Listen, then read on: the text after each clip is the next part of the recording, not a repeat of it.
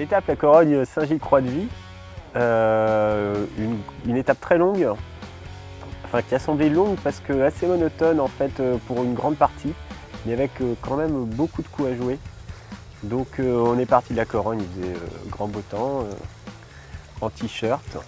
On a attendu avant le départ 2-3 heures devant la Corogne parce qu'il n'y avait pas de vent. Et puis la météo a annoncé que ça se lèverait par le large, un petit peu de vent d'ouest. Donc c'est arrivé en milieu d'après-midi. Le départ a été lancé avec 2-3 nœuds de vent. Ça a été dur de partir.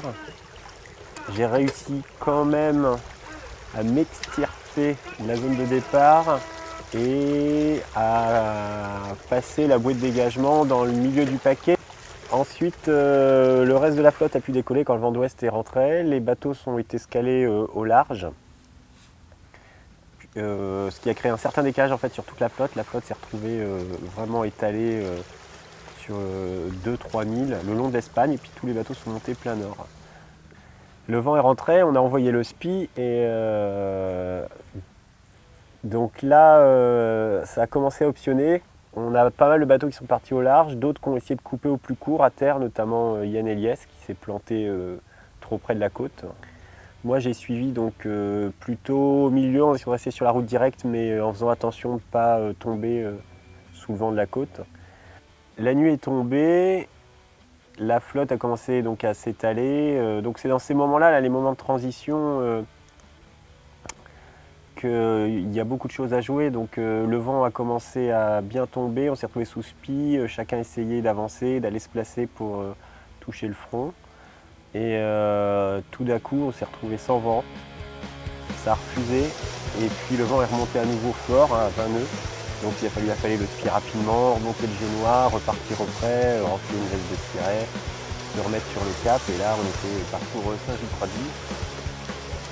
Là, c'est une grande course de vitesse, c'était parti pour 2 jours, donc 2 nuits et 2 journées entières auprès dans 15 à 25 nœuds de vent, suivant le moment, sans pouvoir changer de voilure parce qu'il fallait adapter le bateau aux conditions.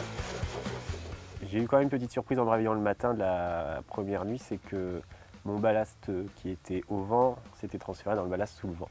Donc ce qui n'aide pas forcément pour les performances du bateau, ce qui explique aussi qu'à un moment j'ai eu l'impression de beaucoup perdre sur la fin de nuit alors que mon bateau était réglé et que ça avait l'air de marcher. On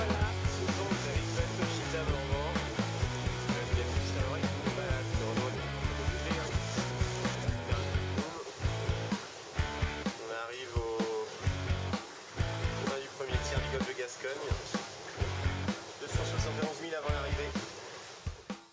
Après la deuxième nuit, donc assez impressionnante avec les orages, la deuxième journée a été de nouveau assez monotone, à faire du près, donc journée assez grise, bateau au près, le vent avait un peu forci encore un bon 20 nœuds. Et puis en fin de journée, je commençais à espérer pouvoir gagner un peu sur les autres. Le vent avait tendance à refuser un peu, ça ne s'est jamais confirmé. La troisième nuit est passée, puis le lendemain on est arrivé à Saint-Gilles. Donc à Saint-Gilles, l'arrivée sur la bouée SN1 devant Nantes, on a envoyé le SPI. On est descendu assez vite, on a dû faire les 30, 35, 40 derniers milles en 3 heures en fait. On a eu beaucoup de courant, du vent et ça a fini sous SPI à plus de 15 nœuds en prenant les surfs devant Saint-Gilles.